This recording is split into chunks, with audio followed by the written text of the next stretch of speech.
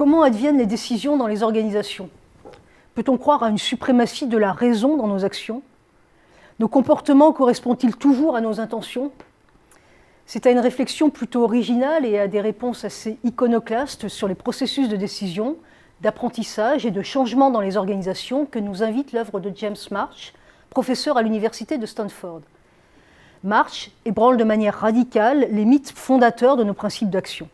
Et c'est particulièrement sous l'éclairage de la rationalité limitée et de l'ambiguïté qu'il situe toute sa réflexion. L'un des principaux apports de l'œuvre de March pour le management est en effet la remise en cause des modèles classiques de la décision. James March montre que l'action peut créer, voire précéder la pensée, que le hasard ou la chance sont constitutifs de toute décision et que les interactions entre individus sont souvent accidentelles. Cela signifie que les managers prennent quotidiennement des décisions en ignorant leurs propres préférences, mais en suivant des routines et souvent leur intuition. Bien plus, nombre de leurs préférences restent assez souvent imprécises.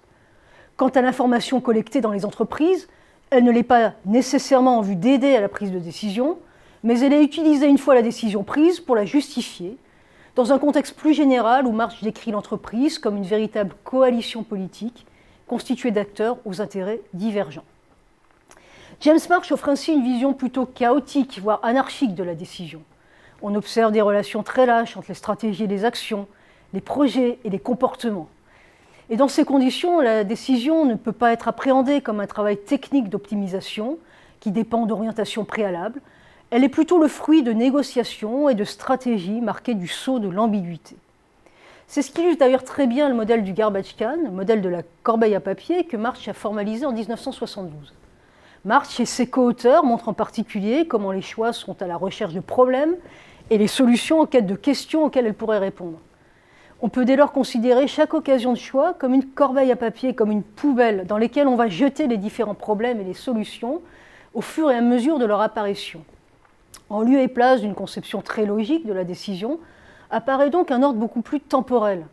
Un problème donné peut être résolu par une occasion de choix différente. Par exemple, le développement d'un logiciel de gestion qui ne trouve pas sa justification dans le pilotage financier de l'entreprise pourra réapparaître dans le cadre de la gestion des problématiques logistiques, par exemple, ou de la communication externe de l'entreprise.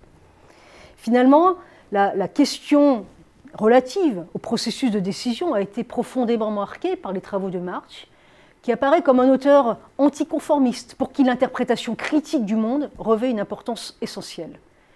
Les contributions qu'il a plus récemment produites sur les fondements de la démocratie illustrent bien cette orientation, puisque March y remet en cause une conception trop étroite de la rationalité en sciences politiques.